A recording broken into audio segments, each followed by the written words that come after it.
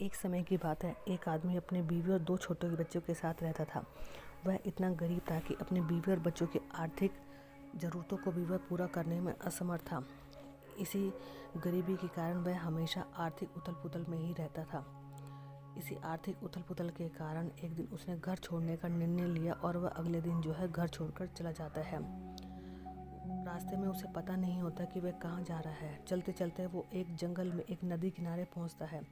वहाँ वो देखता है कि महात्मा बुद्ध अपने शिष्यों के साथ डेरा लगाए हुए उनको शिक्षा दे रहे हैं। तो वह मन ही मन सोचता है क्यों ना मैं भी इनमें शामिल होकर सन्यासियों वाला जीवन व्यतीत करूं।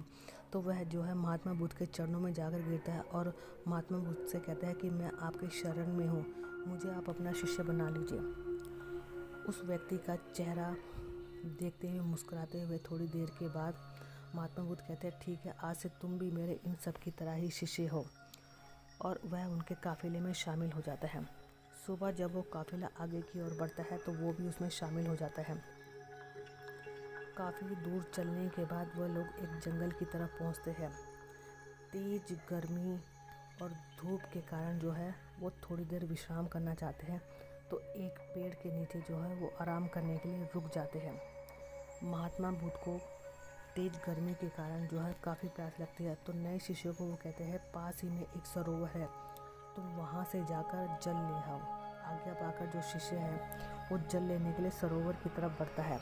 वो वहाँ पर देखता है कि कुछ जंगली जानवर सरोवर में उछल कूद कर उसके पानी को गंदा कर रहे हैं। उछल कूद करने के साथ नीचे की मिट्टी और पत्ते वगैरह वो ऊपर आकर जल को उन्होंने गंदा कर दिया है।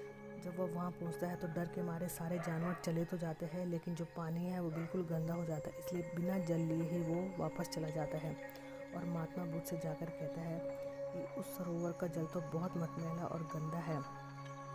थोड़ी देर के बाद महात्मा बुद्ध फिर उसी शिष्य को आदेश देते हैं कि जाओ उसी सरोवर से जल लेकर आओ। आदेश पाकर फिर से वह शिष्य उस सरोवर की तरफ बढ़ता है और वो क्या देखता है कि सरोवर का जो जल है एकदम निर्मल और स्वच्छ हो गया है।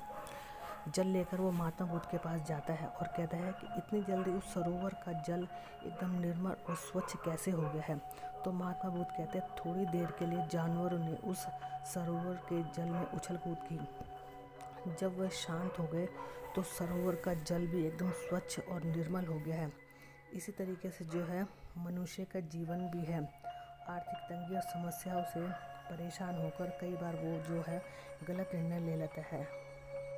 महात्मा बुद्ध की इन बातों को सुनकर वह आदमी एकदम समझ जाता है कि मैंने जल्दबाजी में ये निर्णय लेकर अच्छा नहीं किया है। मेरी अनुपस्थिति में तो मेरे बीवी बच्चे और भी ज़्यादा परेशान हो रहे होंगे। मुझे अपने पिता और पति होने का दायित्व निभाना ही पड़ेगा। इसलिए महात्मा बुद्ध से आज्ञा लेकर वह अपने घर की ओर चल देता है। इस कहानी से हमें ये शिक्षा मिलती है कि कभी भी हमें अशांत मन से कोई भी निर्णय नहीं लेना चाहिए। हमेशा शांत मन से ही निर्णय लेना चाहिए।